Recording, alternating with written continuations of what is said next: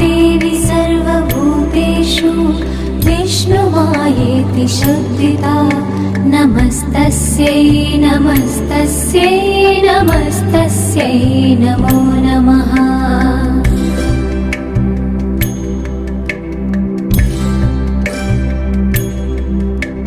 या देवी सर्वभूतेषु चेतनेत्यभिधीयते नमस्तस्यै नमस्तस्यै नमस्तस्यै नमो नमः।